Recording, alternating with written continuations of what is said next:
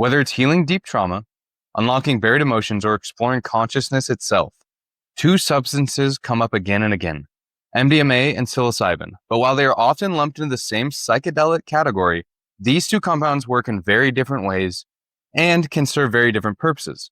Today, we're breaking down the key difference between MDMA and psilocybin, how they work, what they feel like, and where each one shines in the therapeutic setting. The Trip Not Essentials YouTube channel does not contain medical advice. Always consult a physician regarding medical decisions. All content on this channel is strictly presented for educational, informative, and entertainment purposes only. It is suitable for advertising according to YouTube guidelines.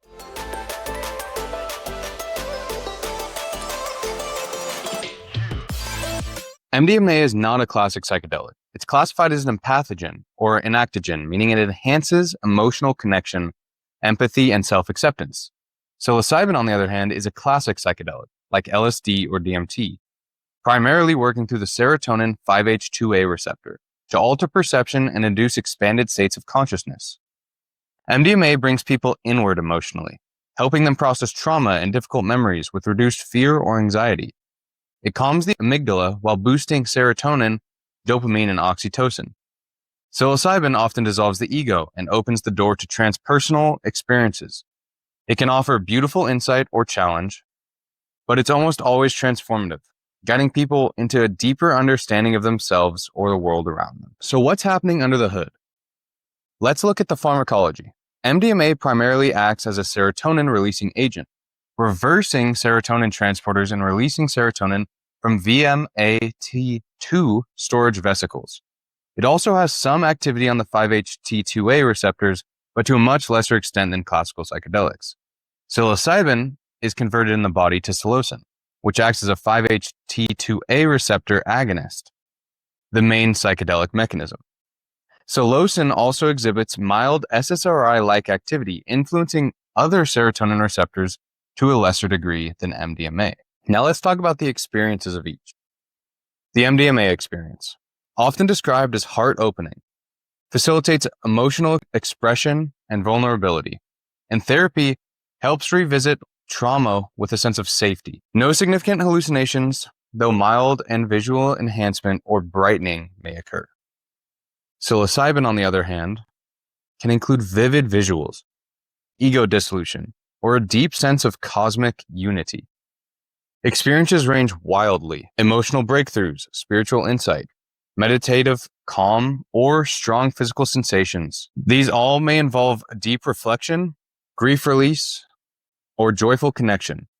It's a lot less predictable than MDMA, but often deeply meaningful and layered. MDMA feels like a warm emotional embrace. Psilocybin, on the other hand, opens a multi-dimensional landscape along the lines of emotional, visual, physical, or spiritual, depending on the dose, mindset, and setting. One is centered in emotional clarity, the other reveals new perspectives of being. Now let's get into some of the common therapeutic uses. MDMA is often used for PTSD and trauma, most studied for post-traumatic stress disorder, PTSD, especially with veterans. Phase 3 clinical trials show remarkable results when MDMA therapy is paired with traditional therapy.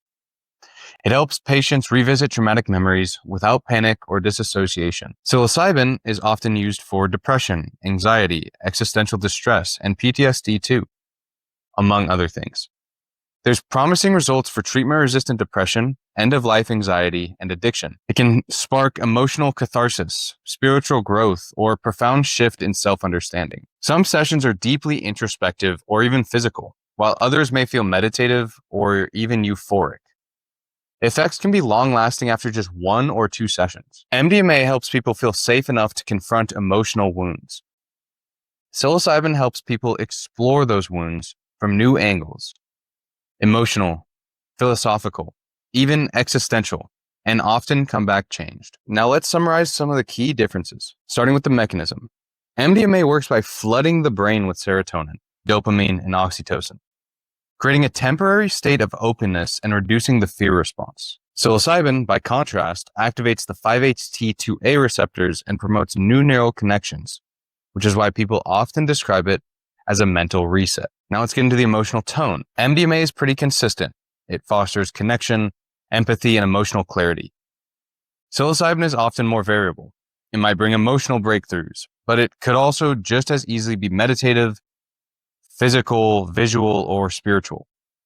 And sometimes it's all of those in one session as well. The experience itself is also a little bit different. MDMA is grounded. You're very much in your body, emotionally present, and often able to speak clearly about what you're feeling. Psilocybin, on the other hand, can take you out of your usual frame of reference, dissolving the ego, bending time, or pulling you into a symbolic or visionary experience. The therapeutic use is also a little different. MDMA is being used primarily to treat PTSD, specifically for veterans, and particularly when trauma is stuck in the nervous system. It helps people revisit hard memories without being overwhelmed. Psilocybin is showing promise for depression, addiction, end-of-life anxiety, and other conditions that are tied to rigid thought patterns. It can offer perspective shifts that outlast the session itself. Again, it's not about which is better. It's about what is right for you, your goals, and the support you have around you for the experience. Whether you're exploring these tools for personal growth or curious about their role in psychedelic therapy, understanding the unique power of each can help you make more informed and intentional decisions. These aren't quick fixes. Preparation, mindset, and post-trip integration matter just as much as the experience itself. If you found these helpful, be sure to like, subscribe, and share it with someone curious about MDMA or psilocybin. Let me know in the comments below if you've had psilocybin or MDMA and what that experience was like. And see you next time on Trip Time.